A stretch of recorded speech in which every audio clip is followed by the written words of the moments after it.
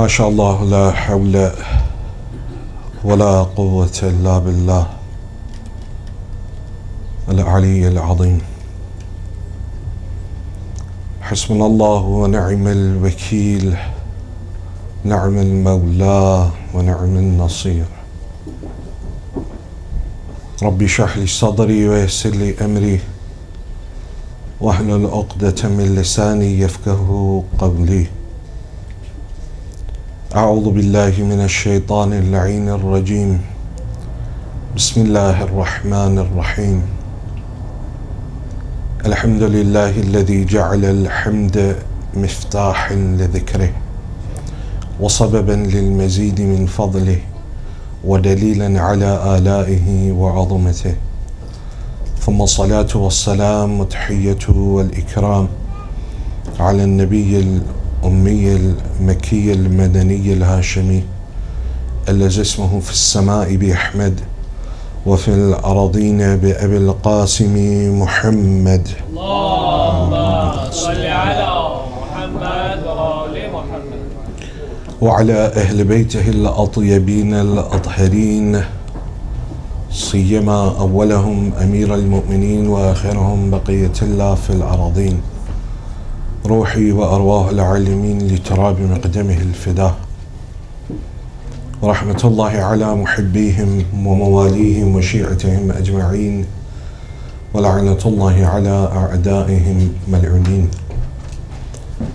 أما بعد, for the happiness of Hazrat Zahra Marziyah, for the enlightenment of the graves of your marhumin, of the graves of the Shahada, Ulama and Siddiqeen, for the safety of the followers of Ahl al-Bayt around the world, and for the safety and the hastening of the reappearance of Hazrat Baqiyatullah al-A'zam Arwahun al-Fida, please recite your loudest salawat.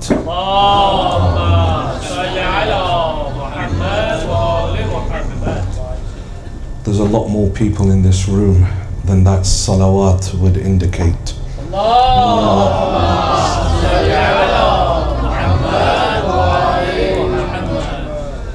Secondly, while I was reciting the khutbah, I saw some brothers come and tell you brothers to move forward, and you totally ignored them. So maybe if I ask you, you may listen. So if you just stand up and walk forward, please don't make me call out what you're wearing, and because I don't really know your name, sir. Allahumma salli ala Muhammad wa ali Muhammad wa ali Muhammad wa rigar salawat. Allahumma salli ala Muhammad. The Majlis of Sayyid al-Shuhada is often said that it is a school, a university, where we reform ourselves. And in reality, Sayyid al-Shuhada himself, his very purpose was that, reformation, revival, to reform that which had been lost. In his letter to his brother Muhammad Hanafiya, the famous line, young and old know it, وإنما خرجت لطلب الإصلاح في أمة جدي أريد أن آمر بالمعروف وأنهى عن المنكر وأصير بسيرة جدي وأبي علي بن أبي طالب. I've come out in order to seek reform in the ummah of my grandfather. How? Through amr bil ma'ruf and nahi anil munkar, and by walking upon the path of my grandfather and my father. There are many different lessons that we can take from it, but the one that is more pertinent to this is Islah, reformation, to awaken a nation that had fallen into immorality and degradation, and to take them to a height. Because the role of the Hujjah of Allah is that He will guide you towards that which is truth. And the only truth that is in this world is Allah. There is no other haqq. Haqq is Allah subhanahu wa ta'ala. The purpose of the human being is to gain ma'rifah of Allah subhanahu wa ta'ala. Allah subhanahu wa ta'ala, in this journey towards Him, has created certain portals in this world. Portals that take you from where you are to proximity with Him. From a point, from a lowly place to a place where you are amongst the Illiyin, amongst the highest of the high. Nights, months, lands, individuals. They take you towards this proximity that is rizq in reality. See, rizq, we usually think that it's something to eat, but it's not just that. In the famous dua of the Imam of our time, it begins, Allahumma rzuqni tawfiq al-ta'ah. Oh Allah, give me tawfiq, give me the rizq of what? Of obedience towards you. Give me the rizq, bless me with the sustenance of obedience. Wa tawfiq al-ta'ah. Or we say in Ziyarat Ashura, Allahumma rzuqni shafa'at al-Husayn yawm al-wurud. Oh Allah, bestow upon me the rizq of the shafa'ah of Abi Abdullah yawm al-wurud, on the day of judgment. But there are certain times, as I said, certain places where this rizq of Allah subhanahu wa ta'ala is more pronounced, is more prominent. For example, the holy month of Ramadan. It's one of those portals towards the divine grace. An individual in the holy month of Ramadan, were they to recite one ayah of the Quran, it has the thawab of reciting a whole Quran. It's a portal. It takes someone from one place to another place in relation to God extremely quickly. Then amongst the holy month of Ramadan, al-layali al-qadr, the nights of Qadr, which you all know, Laylatul Qadr khayrun min alf ash-shahr. The night of Qadr is greater than 1,000 months. It's greater than even those 1,000, but the Quran is just placing it in context for an individual. Khayrun min alf ash-shahr. It's greater than 1,000 months.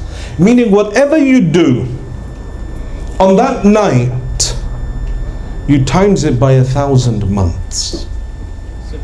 You go from one place to another. It's about 82 years. Imagine reciting 2 rakat salah on that night, but the reward of it and your progression within yourself spiritually is as if you had recited that salah for 1,000 months consistently. So it's one of those portals. There are certain days of the week that are portals towards the divine grace. Thursday night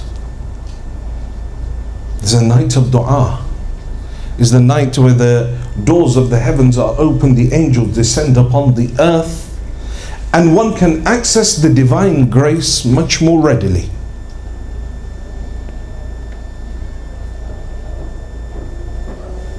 This night in Mufatih, the night of Saturday, is also the same as the night of Friday. So Thursday, Saturday. These two nights are the nights of dua. So there's certain portals. Then there are lands which are portals that take one from one place to another.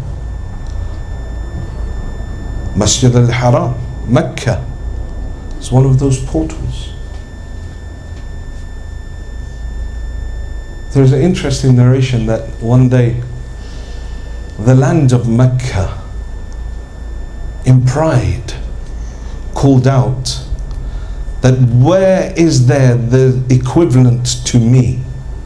For I am the land upon which the house of God has been built. The land of Karbala called out, be quiet, for I am the land within which the Hujjah is buried. Lands differ. The land of Karbala is one of those unique portals towards Allah. That the very earth there is Shifa'ah. The earth of that land will cure your ailments. Just being in the vicinity will aid you on that journey. One of the wives of the Prophet saw the Holy Prophet laying down with Abi Abdullah on his chest. And he was kissing him. And so she said to him, that why is it that you love this grandson of yours so much? The Holy Prophet said, because he is dear to me. He will give everything in the way of this religion. He will be killed and buried in a land known as Karbala.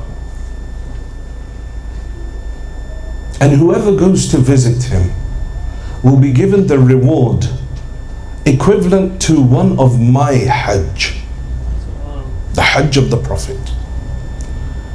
Aisha, the wife of the Prophet, shocked, says, one Hajj of yours?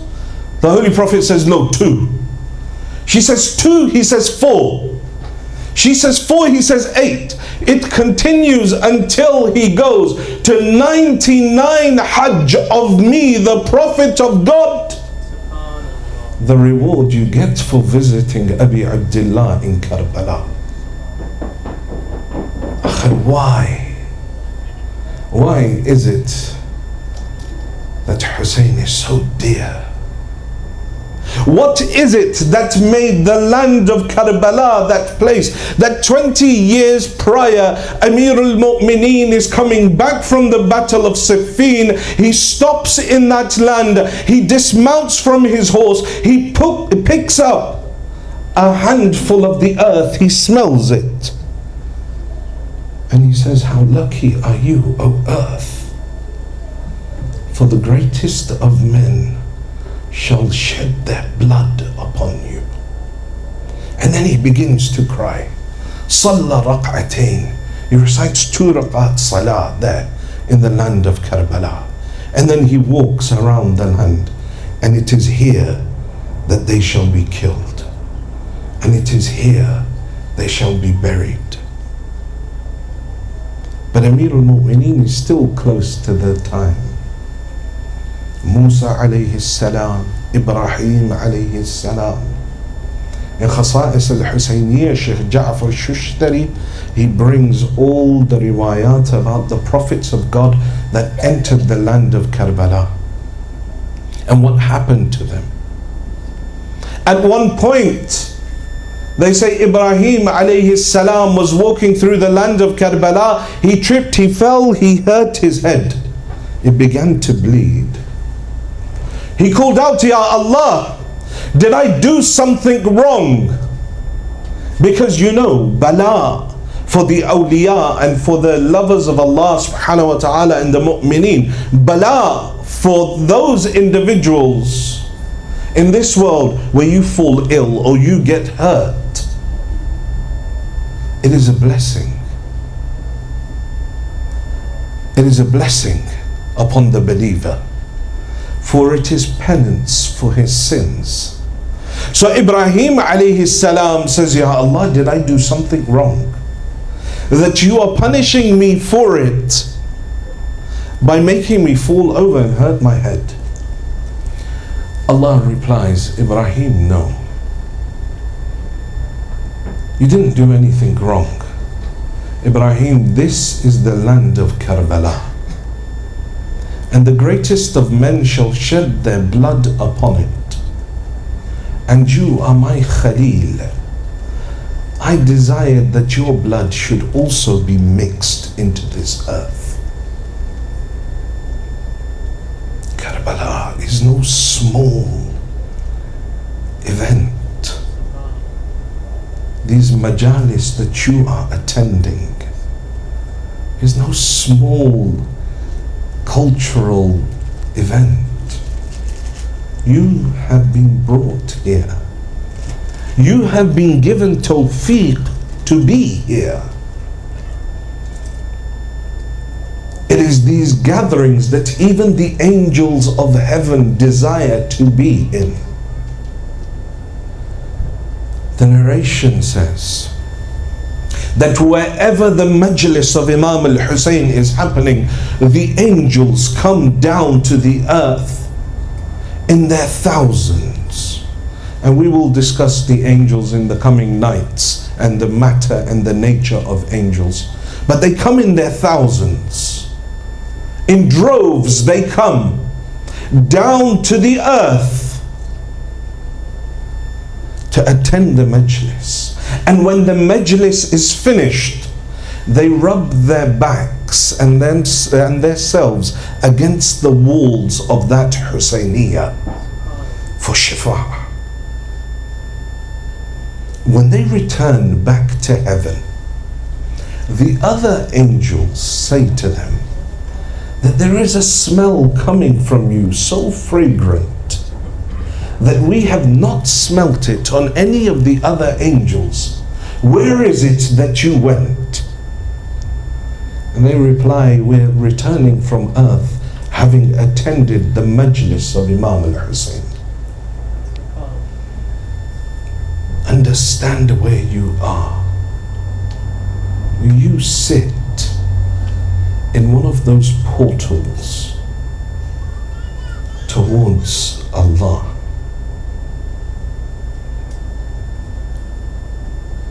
What you take away from these majalis depends very much on you and your own capacity. There are some that are invited to majlis, but they will stand outside in the car park. Their tawfiq only extends to the car park. They won't come inside and listen to the azan. There are others whose tawfiq extends to coming inside of the majlis, but they may just sit in the majlis and talk to the person next to them and not benefit from it. But to some extent in that gathering, they are gaining something. And those that are talking to their friends next to them didn't even hear that point. So some will only have tawfiq to that level. There are others that will only attend the majlis of Abi Abdullah to eat the niyaz, all because they know someone is sponsoring it and they do good niyaz. But that's not a bad thing either, because there's shifa'ah in the niyaz of Abi Abdullah. And so their level of attaining the rizq of Imam al-Hussein, of that closeness to Allah, extends only as far as food. And it shall give them that which they desire, that which is the shifa'ah that they chase. There are those that come to the majlis of Imam al-Hussein only to sit and talk with their friends, and they will be given that. There are those who come to the majlis and they cry for Imam al-Hussein. They cry.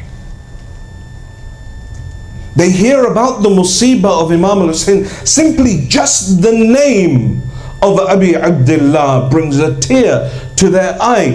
And the narration says one tear crying for Imam al-Hussein, يُحُتُّ الذُّنُوبُ الْعِظَامِ, it will consume every single one of your sins, like fire consumes dried wood. And so they will come and they will cry and they will have their sins forgiven, and that is their capacity. I mean, we can think, oh, all my sins forgiven. I mean, can't go wrong with that. But there are levels. Some come only for that. Then above that, there are those that come to the majlis, have ma'rifah of the Imam, and then cry for him. Not just cry for him, because when one gains ma'rifah of the Imam, it changes from crying to buka, to wailing loudly. And the narration says, "Man baka 'ala al-Husayn 'arifan bihaqqihi."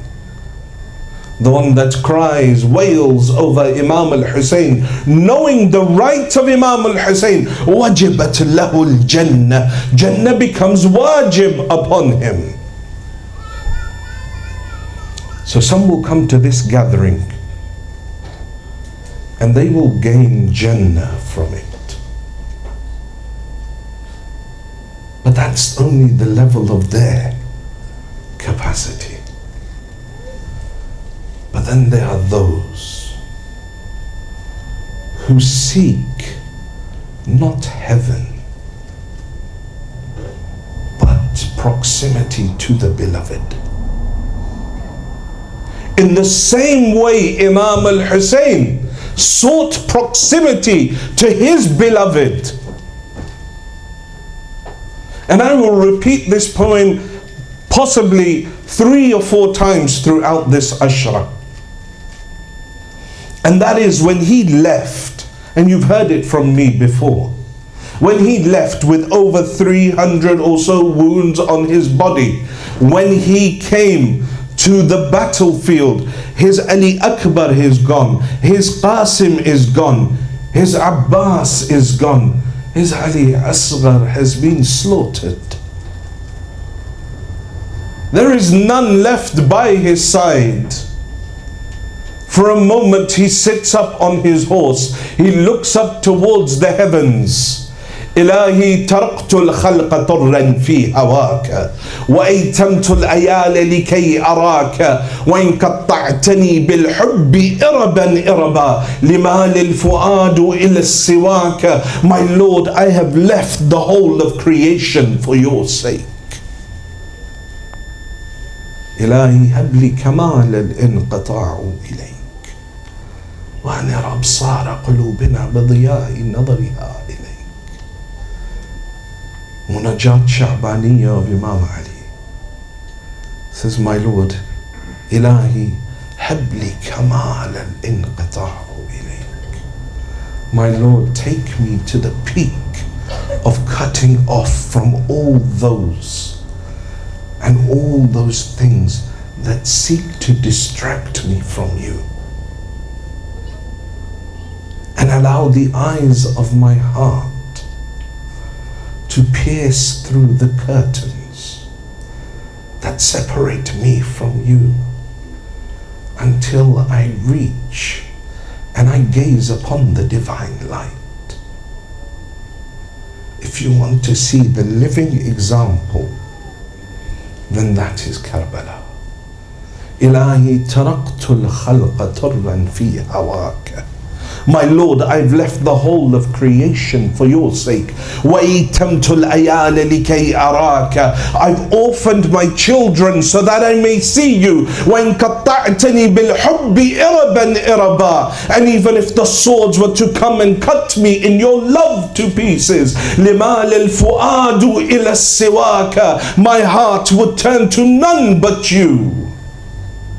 And so this is why when he says this, the beloved replies, Ya ayyatuha an-nafsul mutma'inna irji'i ila rabbika radiyatan mardiyya. O the content soul, return to your Lord in the state that you are satisfied with him, for he is satisfied with your servitude. وَادْخُلِي فِي عِبَادِي فَادْخُلِي فِي عِبَادِي وَادْخُلِي جَنَّتِي. And so enter into my servants and enter into my heaven. This my heaven is not the heaven of gardens and rivers and hur. This my heaven is the heaven of proximity to the beloved. And so, depending on an individual's capacity to take the divine grace via Imam al-Hussein within their wujud, it depends. That then tells us how much they will ascend in these first 10 nights. These first 10 nights are a portal towards Allah subhanahu wa ta'ala. They can raise you to heights that you could not imagine. There are sirr, there are secrets in these nights. If you were to unlock them, you would change your life forever. But you need to increase your capacity. Someone comes to the sixth Imam, he says to him, Ya Ibn Rasulillah, teach me the Ism A'adham. Teach me the greatest name of God. The name of God that you use, it can allow you to walk on water, walk through the air, anything. But it's not just knowing the name. See, the Ism A'adham, the only way the Ism A'adham works is when that divine name has become one with your very nature. When you manifest that name through your actions, does everything in existence become subservient to you? So he says to the Imam, teach me the Ism A'adham of Allah subhanahu wa ta'ala. The Imam says to him, there is a bridge, I want you to go and sit next to it. It's a task before I tell you. So he goes to the location that the Imam has told him, and he sits by this thin bridge. Only one person can pass over it. As he's sitting there, there's an old man walking, carrying on his back firewood, old, hunched over, and he's walking slowly over this bridge. All of a sudden, someone from the desert comes riding out, a young man on a horse in an extreme hurry. As he also gets onto the bridge, he realizes there's this slow old man in front of me. Needs to get past. He says, hurry up. The old man is old. How can he hurry? So he takes his whip and he whips him. Still, the old man can't move fast. So he takes his foot out of the stirrup of the horse and he kicks the old man. And the man falls, dropping all his sticks. This young man rides off on the horse. The old man slowly picks up those sticks, ties them together again, puts them on his back and carries on. When this companion of the Imam returns to Imam as-Sadiq, Imam says, tell me, what is it that you saw? He says, there was an old man who gives the Imam the story. And he says, Imam says to him that, and if you had the Ism A'adham of Allah, the greatest name of God, what would you have done with it? He says, I would have used it to get justice for the old man. We would have done the same, right? Make sure we get payback. Says, I would have used it to teach that young man a lesson, to get vengeance on that young man. Imam al-Sadiq looks at him, says, you know, the old man, he was one of our close companions, and he has the Ism A'adham. He has the Ism A'adham. But with it, he has the capacity and the understanding of how and when to utilize it. These majalis are the same. If you increase your capacity and you open your minds, you will gain something, not from me, but from the very air. See, when tomorrow the first night sets in, those that are the people of the hearts will feel the change in the air. Those that are the people of Ma'rifah will realize that something has changed, because the whole of existence is mourning about Abdullah. Every atom, and we will explain in the coming nights the role of the Hujjah. For our topic until the day of Ashura is an analysis of Ziyarat Jami' al-Kabira of Imam al-Hadi, which is one of the greatest descriptions of the true maqam that has been given to Ahl al-Bayt alayhim salam. But it requires a capacity. Sharh al-Sadr.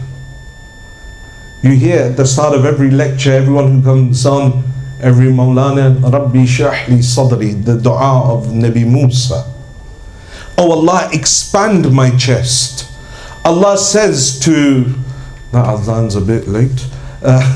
Allah says to the Holy Prophet in the Holy Quran, Alam nashrah laka sadrak? Did we not expand your chest? This expansion of the chest is not going from a 44-inch chest to a 46 to a 48 because I've been benching 120 at the gym. This expansion of the chest is the spiritual expansion. To be able to bear the realities. And we're not talking about, our perception of reality, what we consider to be real talk. All of these guys, everybody wants to be an influencer nowadays. Or if not, then I want to be a life coach, because I know how to do life, and I'm going to teach you all how to do life as well. Recite salawat, please.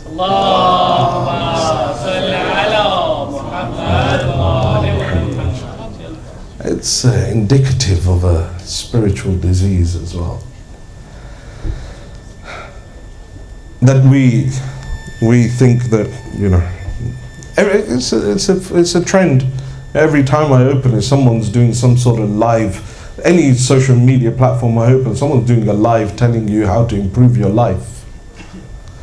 But the Quran, Ahlul Bayt, they've already told us. But, anyway, so the realities that are manifest, they're right in front of us, but we don't perceive them. The realities of these first 10 nights, we don't understand them. We'll go about our daily business. Generally, life is disrupted, and it's great. It's disrupted for these 10 nights.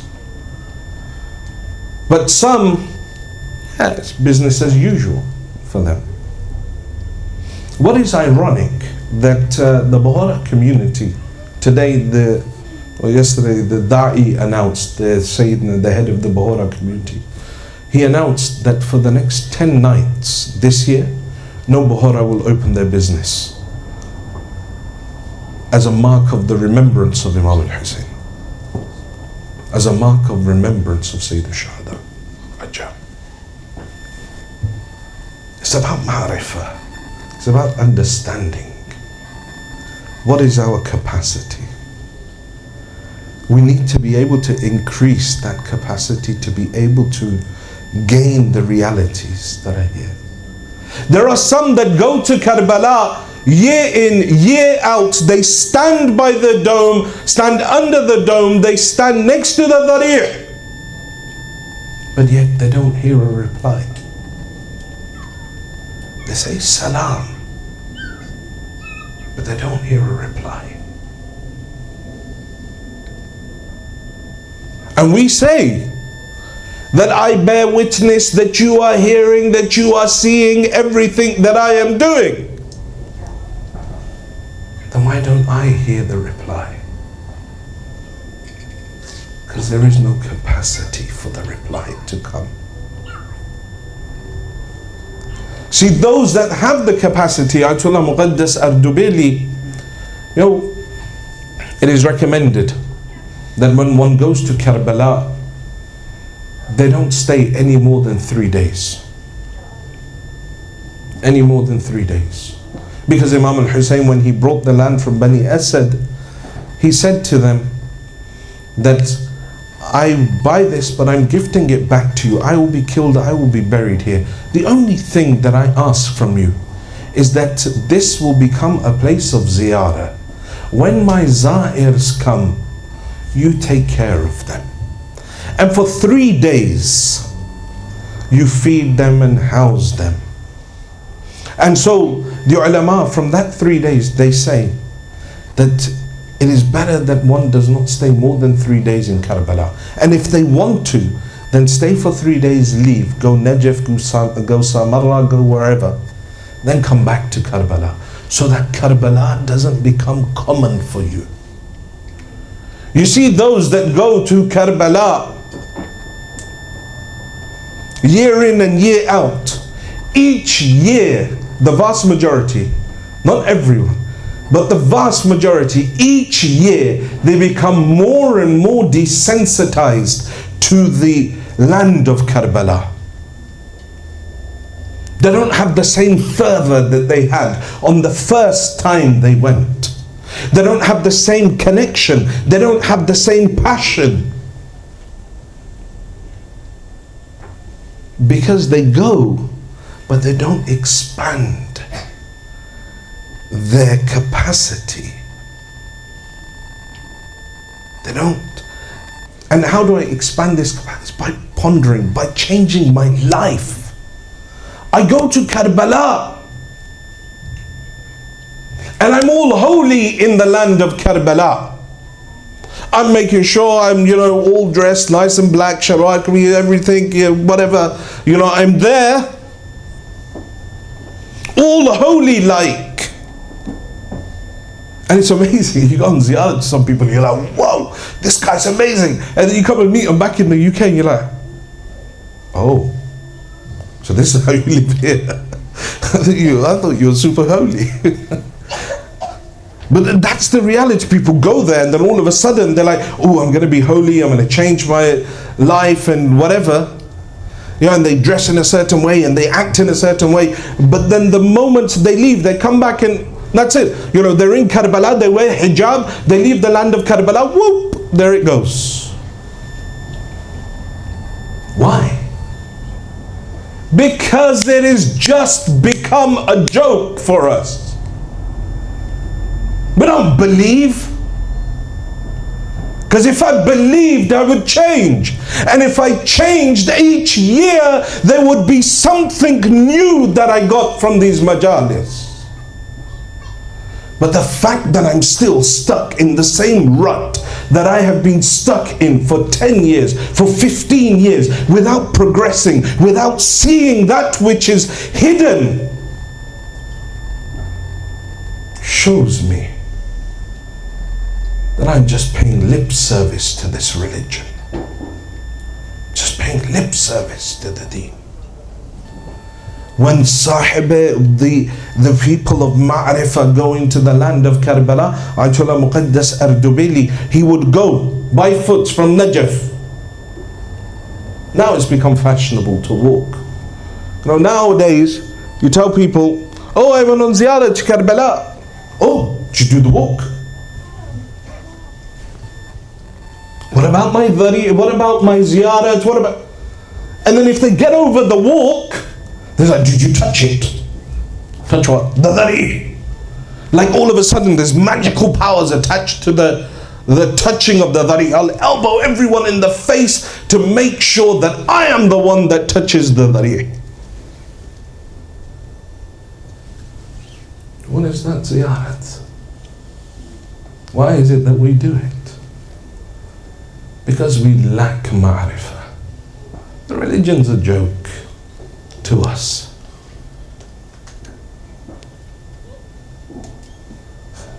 Nonetheless, Ayatollah Muqaddas Ardubili rahmatullah alayh, he would walk to Karbala. But he would never stay more than a day. And he would never sleep in the land of Karbala either. And they asked him, that why is it that you don't sleep in Karbala? Why only one night? He says, many years ago, I stayed a night. I tried to sleep, but in the night I could hear the wails of Zainab alayha salam. The people of Ma'rifah, they see and they hear in that land. Those that have capacity. Others just go for fun. It's the reality. Now it's Arba'in, you go to Arba'in? Yeah, we'll hook up in Arba'in. What hotel are you staying in? Yeah, I'll come see you. We'll get some good selfies in front of the Zari. Looking sad, obviously, because Bainul Haramain, sad. Karbala, right? We don't have that capacity. And so these ayyam are about increasing that capacity to be able to take the divine grace through the hujjah of Allah. If you can do that, make an intention that you will change. From tomorrow, every single day, if not until Arba'in, just these first 10 nights, recite one Ziyarat Ashura every day. If you can't do the 100 salam and the 100 la'an, it's no problem. Just recite one Ziyarat Ashura and see what difference it brings. See what realities unfold for you. But at the same time as reciting that, make sure that you make the intention that you will change. Because Imam Hussein gave too much to this religion to not have me change. What is it that he gave? What was left for him to give? He gave everything. After a 6-month-old child, then what else remains?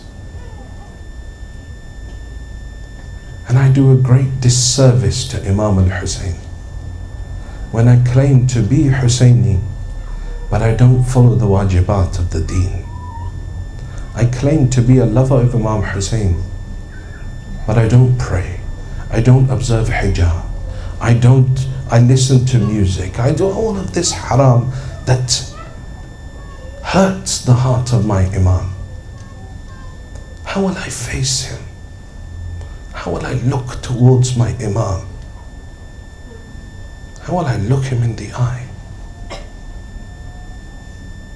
Sayyid al-Shuhada gave everything for this deen. The first in the long line of sacrifices was leaving his beloved Medina. Imam al-Hussein comes. When he's made the intention to leave Medina, he comes to the grave of Rasulullah. He begins to cry. He lays himself on the grave. Crying, he falls asleep. In his dream, he sees Rasulullah. He addresses his grandfather, Ya Rasulullah, Ya Jaddah, ضمني في هذا القبر. Oh my grandfather, take me inside this grave with you. I have no desire to return back to the world. These people are taking this Medina from me. They're forcing me out. The Holy Prophet says to him, Hussein,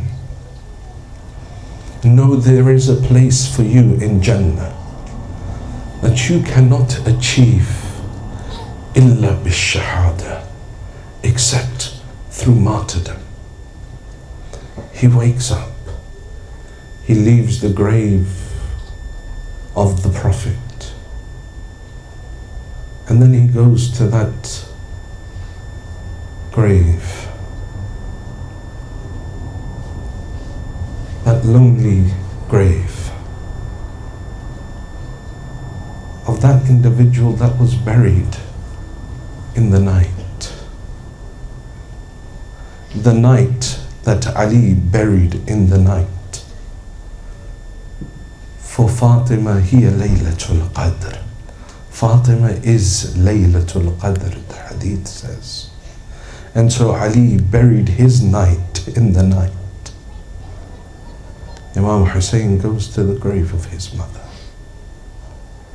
I don't know what was said between mother and son, but having to leave the grave of his mother, those thoughts going through the mind of Abi Abdullah. Maybe he thought of that day in Medina, of those nights in Medina where his mother would call out, صُبَّتْ عَلَيَّ مَصَائِبٌ لَوْ أَنَّهَا صُبَّتْ عَلَى الْأَيَّامَ سِرْنَ لَيَالِيَ. That were these sorrows that have befallen me, were they to fall upon the brightest of days, surely they would become the darkest of nights. What were those sorrows that befell Zahra? What were those sorrows that befell her? Her father died, and the Muslims came to her door. They didn't come to offer condolences to her. Otherwise, why would they have brought fire and wood to her door? She stood with them at the door, pleading with them. They said, open the door, send out Ali, or else we will burn down the door. She said that this is the door of Wahi. This is the door where the Prophet of Allah would send salam. Will you burn down this door? They said, by Allah, we will burn it down. Zahra standing behind the door, pleading with them. One of them sets fire to the door. The other, he kicks open the door. When the door opens, Zahra crushed between the wall and the door, she calls out, Ya Abata, oh father. He says, when I realized Zahra was behind the door, I pushed even harder until I heard her scream. She fell to the ground. They entered the house. They tied ropes around the neck of Ali. They dragged him out from the house. As Amirul Mu'mineen is being dragged out, again Zahra stands stands in the way. She says, let go of Ali, let Ali go. He turns to his slave, he says, Konfad, what are you waiting for? Move Zahra out of the way. He comes forward, he slaps Zahra. Zahra alayha salam falls on the ground. He takes the cover of his sword. He begins to beat her. She lie upon the ground. They drag Amir al-Mu'mineen towards the masjid. Zahra alayha salam, when she wakes up, she turns to Fadda. She says, Fadda, where is Ali? She says to her that they have taken Ali to the masjid. Zahra, forgetting her wounds, one hand on her ribs, one hand on the wall of Medina, Zahra makes her way towards the masjid. She enters the masjid to see a sword upon the neck of Amir al-Mu'mineen. She calls out, Khallu ibn Ammi, oh, let my cousin go. Nobody listens to Zahra. Again she calls out, Khallu ibn Ammi, let my cousin go. No one listens. Zahra for the last time says, if you don't let Ali go, I will pray to Allah subhanahu wa ta'ala to curse you. Amir al-Mu'mineen turns to Salman, says, Salman, tell Zahra to go back home. If she curses these people, Allah will bring the day of judgment forward. Salman goes to Sayyida. He says, Sayyida, Amir al-Mu'mineen has requested that you return home. She says, Salman, how can I return home when Ali is in this state? He says to her, Sayyida, Ali himself is saying to you to return home. Zahra returns back. But those days that she was alive, those days Zahra was bedridden, unable to stand. She would lie on her bed, her children looking towards her. Imam al-Hussein coming. But they said that Zahra alayha salam nahilatul jism. She had become frail. She had become weak. Until that day, when she sends Amir al-Mu'mineen to the masjid, sends Imam al-Hassan and Imam al-Hussein away. She says to Asma, Asma, until you hear my tasbih from inside the room, know that I am alive. But Asma, my tasbih stops. Know that I have left this world and gone towards my father Rasulullah. Asma says, I paced outside the room of Sayyida. I could hear her tasbih. At one moment the tasbih stopped. I called out, Ya Sayyidati wa Mawlati. There was no reply. I called out, Ya Bint Rasulillah. There was no reply. I went inside the room and saw that the soul of Zahra had left her body. I left the room thinking, how is it that I will tell Amir al-Mu'mineen? How will I tell Hassanain alayhim as-salam? Says at that moment Imam al-Hassan and Imam al-Hussein entered into the room. They came into the house. Asma says, I approached them. They said, Asma, where is our mother? Asma says, I told them your mother is sleeping. They said, Asma, this is not usually the time when our mother rests. Asma says, I tried to distract them. Will you have something to eat? They said, you know, we don't eat without our mother Asma. At that moment, Imam al-Hassan runs into the room. He sees the lifeless body of his mother lying there. He calls out, oh Hussein, come quickly. Our mother has left us. Imam al-Hussein runs inside the room. Imam al-Hassan throws himself on the chest of his mother Zahra. Imam al-Hussein runs. He places his cheek on the feet of his mother. He calls out, Ya Ummah, Kallimini. Oh mother, speak to me. Ana Hussein, and I'm your Hussein. Mother, speak to me. قبل أن يفارق روحي من جسدي, before my soul leaves my body. ألا لعنة الله على القوم الظالمين وسيعلم الذين ظلموا أي منقلب ينقلبون إنا لله وإنا إليه راجعون. We pray to Allah subhanahu wa ta'ala to forgive our sins. Pray to Allah subhanahu wa ta'ala for the sake of these tears to forgive the sins of our parents. Oh Allah, those of our parents that are alive, give them long lives. Those of our parents that have left this world, give them a place next to Ali Muhammad in Jannah. Oh Allah, those who are ill, give them shifa'ah. Those who are in debt, clear their debts. Those who are in education, make them successful. Ya Allah, give us tawfiq to go on the ziyarat of Imam al-Hussein this year and every year. Ya Allah, give us tawfiq to go on Hajj and Umrah this year and every year. Ya Allah, keep safe the Shia of Ali Muhammad around the world. Ya Allah, hasten the reappearance of the Imam of our time and allow us to be amongst his true muqtadreen. Matam Hussein.